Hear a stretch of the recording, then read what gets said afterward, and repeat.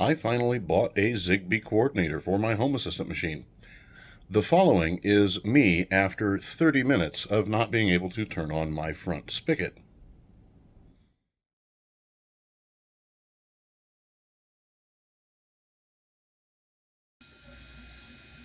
Okay, everybody keeps telling me how great Zigbee is and how reliable it is and how it works out of the box with Home Assistant, but it doesn't. You have to buy a coordinator. That means the device does not work out of the box. And as far as it being reliable, it's not. My water valve, let me just show you, pardon my mess, okay? That pie right there is my Home Assistant machine. If I go through that door,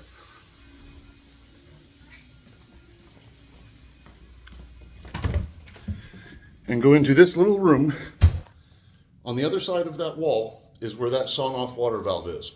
And it will not turn on. Not to mention the fact that it will not work with this at all. So, yeah, unless I flash it with Tesmoda. I don't want to do that. I have better things to do than to flash a bunch of devices that I shouldn't have had to buy just to make a chain to be able to turn on my water valve. When I can just do it for $25 with a Raspberry Pi and an Orbit valve.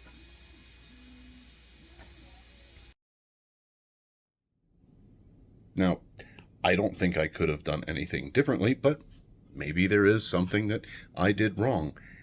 That shouldn't be possible if it works out of the box.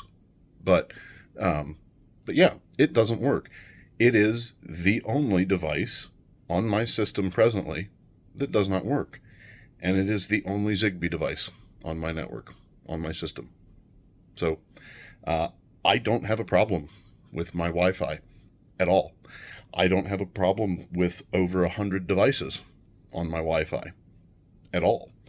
And I actually have multiple access points that don't care if another one drops.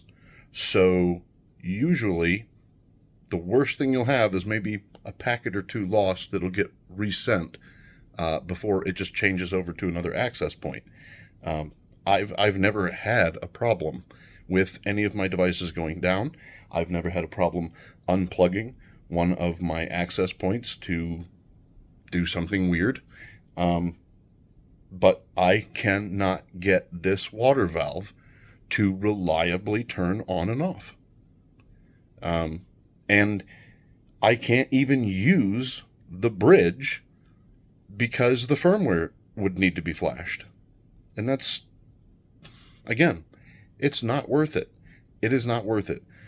The only consolation for me in all of this is that I didn't pay for that bridge. So, anyway, I'm sure that there's going to be a lot of people that are upset by that, and I'm sorry, but my Wi-Fi devices have worked fine the whole time. My Shelly devices specifically have never given me this trouble at all. So, I don't know. I hope I didn't scare everybody off. So, I hope you will join me for future videos as I continue to explore smarter circuits.